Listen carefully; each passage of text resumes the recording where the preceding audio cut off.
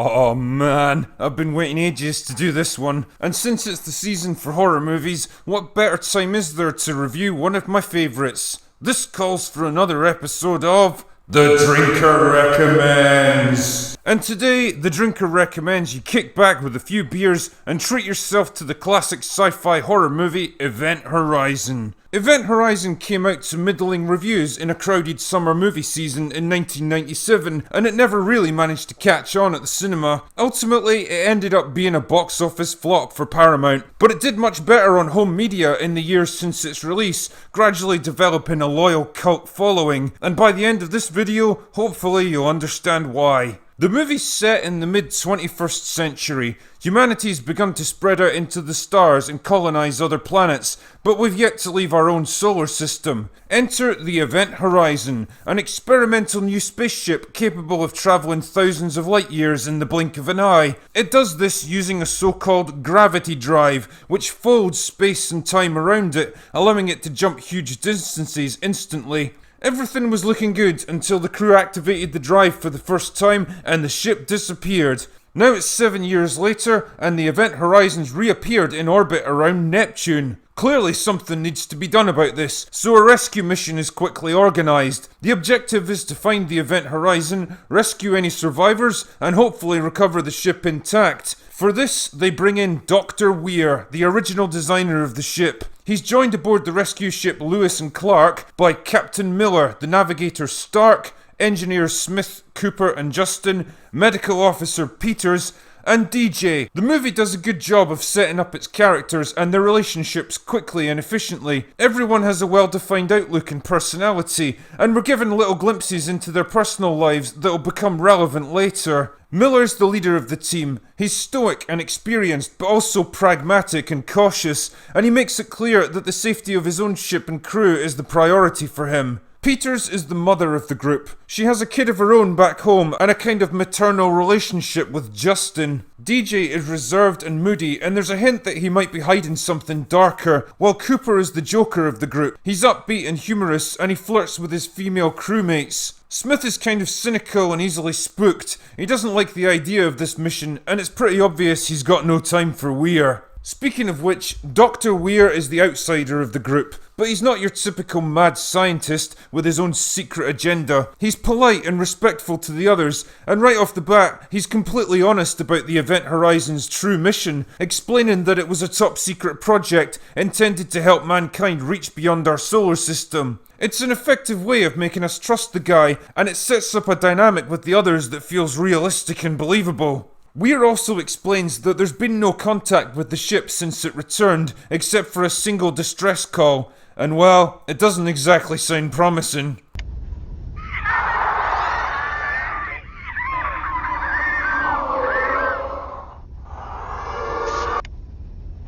Anyway, they have a mission to get on with, so they eventually reach the Event Horizon, which is now adrift in the atmosphere of Neptune, and Miller leads a boarding party over to explore it. I really love this sequence. The atmosphere is tense and foreboding. The way the giant corridor gets lit from time to time by lightning flashes outside. The torch beams picking out ice crystals and random objects floating past in zero gravity. It's like a haunted house crossed with the Mary Celeste in space. The ship appears to be more or less intact, but there's no sign of the original crew. While Miller and the others head to the bridge to try to recover the ship's log, Justin ventures into the engineering section where he finds the core of the gravity drive, and holy shit, what a sight it is. I mean, just look at this thing. This isn't like the CGI crap that we get today. Someone actually designed and built this entire set, and it looks awesome. Anyway, his presence in there seems to trigger some kind of reaction because the drive activates by itself and pulls him inside, only to throw him out again a few minutes later. Then it gives off some kind of shockwave that travels all the way up the ship and even damages the Lewis and Clark. Things are not looking good. The ship's losing air pressure, so the crew are forced to take refuge on the Event Horizon while they plan their next move. So the gist of this film is that our characters are trapped aboard the abandoned Event Horizon with no hope of rescue. Their goal is to repair the Lewis and Clark, figure out what happened to the original crew, and then get the hell out of there. But as it turns out, they're not as alone as they think. It starts off with weird power outages and creepy sounds moving along the hull, like something's trying to get to them, but pretty soon they begin seeing hallucinations of things and people from their past. Miller sees a shipmate he was forced to abandon during an emergency, Peter sees the disabled son she had to leave behind on Earth, and Dr. Weir sees visions of his dead wife, who killed herself because he was never there for her. Clearly, something is very wrong with this ship. The other characters try to question Weir about it, but he's like, nah, it'll be fine. He keeps making excuses and trying to rationalise what's happening, because the Event Horizon was his life's work, and he refuses to accept that it might be somehow working against them. This is where Event Horizon really begins to shine as a horror movie. Other films might have their characters getting stalked and killed by some horrific monster hiding in the shadows, but the monster in this case seems to be the ship itself. It's the floor they walk on, the roof over their heads, even the air they breathe. Instead of something they can actively fight or run away from, it's just this weird, faceless malevolence toying and tormenting each of the characters by exposing their deepest fears and secrets, and it begins to slowly chip away at their sanity. And I have to give props to the actors here. They do a great job of really selling it. Lawrence Fishburne, Sam Neill and Kathleen Quinlan are all experienced actors who know what they're doing, and they bring some much needed gravitas to the situation. I have to admit though, it's Sean Pertwee that becomes my favourite just for this moment here. No, I haven't seen anything and I don't need to see anything, sir, but I can tell you. This ship is fucked. He's the voice of the audience now, the guy who just says, fuck it, I'm out of here. But Dr. Weir is like, nah, it'll be fine. But it turns out it won't be fine. Justin wakes up from his coma and decides to throw himself out an airlock, and his final confession gives us our first hint of what he experienced when he got pulled inside the gravity drive. If you could see the things I've seen, you wouldn't try to stop me. You don't even need to have seen it for yourself, you just know this guy's been through something beyond words. Eventually, the gang begin to realise that the gravity drive itself may be the cause of all of this, and DJ's the one who puts it together. This ship has been beyond the boundaries of our universe, of known scientific reality. Who knows where it's been, what it's seen, and what it's brought back with it. But when they interrogate Dr. Weir about where the ship actually went on its maiden voyage, he becomes increasingly defensive, and that's when you begin to realise he doesn't actually have any answers to what's happening. It's the classic horror movie trope of science going too far and unleashing something they don't understand. But somehow, this movie never makes it seem dumb or cliched. And again, a lot of this comes down to the excellent performances by the cast. Everyone's taking this shit seriously, and it works. I'm not going to spoil the ending too much, but needless to say, things go from bad to worse as the presence on the Event Horizon gets stronger and more aggressive. Crew members get killed in a bunch of gory ways, people lose their minds, ships blow up, and it all culminates in a race against time to escape before the gravity drive activates again and pulls them into a hellish alternate dimension. And of course, no good horror movie would be complete without a stinger to close things out. They're with us. There's a lot of reasons why Event Horizon is such a fun and effective horror movie, and I suppose the best place to start is with the ship itself. It's as much a character in this movie as any of the humans trapped inside it, and I have to give real props to both the effects department and the set designers for this one. They've done a fucking epic job, probably on a pretty limited budget by today's standards. The Event Horizon was apparently designed to look like a cathedral in space. When you see it from above, it's laid out in the shape of a giant crucifix, and even the hull looks like some kind of gothic nightmare. All towering walls, blunt angles, weird archways, and big columns and buttresses jutting out everywhere. It's huge and imposing and monstrous, and it absolutely dwarfs the tiny rescue ships sent to explore it. You know, it's shots like this that make this movie so fucking cool. And I love the fact that this is a real physical prop. Event Horizon was made in the days before CGI had fully matured, and I love that. Designers and craftsmen actually had to build this thing the old-fashioned way, instead of rendering it on a bunch of computers, and there's just something fundamentally good about that. The gothic cathedral theme gets carried over to the interiors as well, from the bulky support columns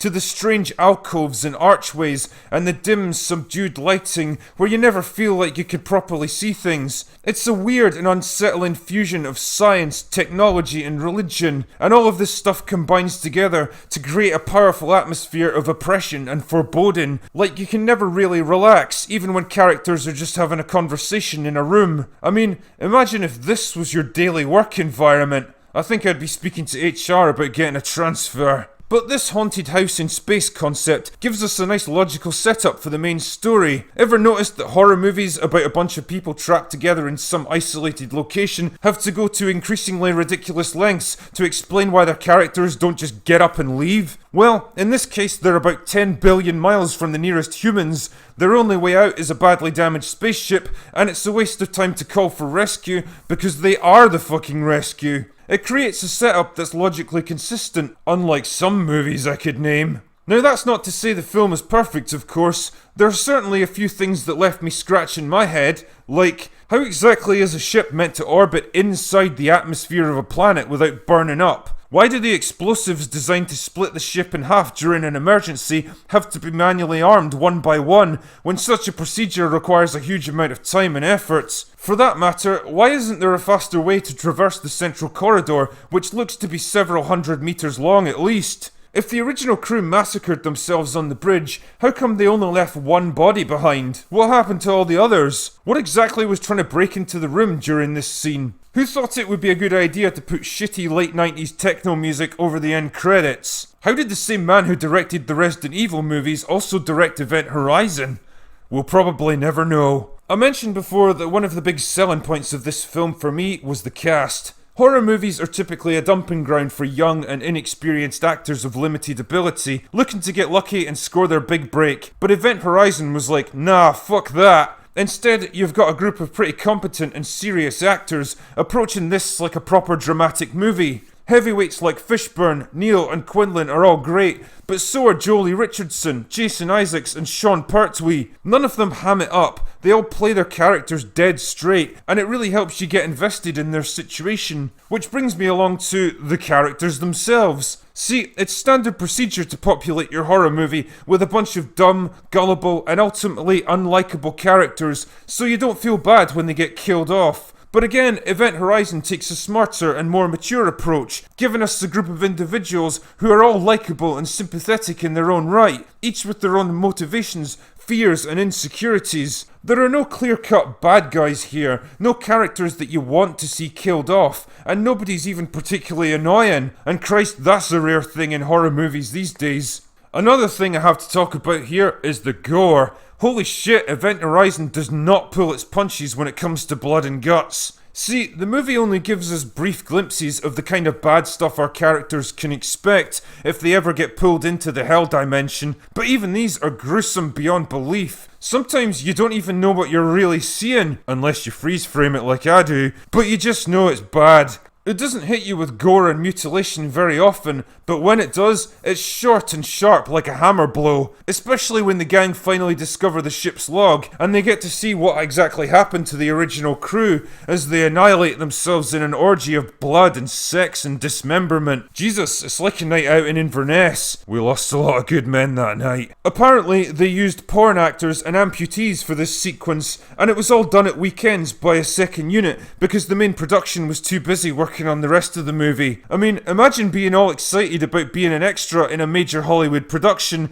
and this is what you find yourself doing. Now, all of this stuff is great, but the sad reality here is that this movie could have been even more. See, Event Horizon had a difficult production history. It had to be rushed through editing and post-production to fit around the release of Titanic, forcing them to come up with a finished cut in just 6 weeks, which is fucking ridiculous by any standard. But when the rough cut was actually shown, test audiences and the executives at Paramount were absolutely shocked by how extreme it was, and they ordered major cuts as a result. To give you an idea of just how much was removed, the final version clocks in at about 96 minutes. The original rough cut was almost 130. Would it have made for a better film? Sadly, we'll never know, because the missing footage was archived in a salt mine in Transylvania. I'm not even making this up. and by the time it was finally recovered, it had degraded beyond use. So I guess this lost version of Event Horizon will always be one of those curious little what-ifs. Anyway, none of that should change the fact that the movie we ultimately got was a tight, gory, smart, and fucking enjoyable piece of sci-fi horror. It's a movie I've watched many times and continue to enjoy even now, more than 20 years after it first came out. So I wholeheartedly recommend you give Event Horizon a go. You'll have a hell of a time with this film. Anyway, that's all I've got for today. Go away now.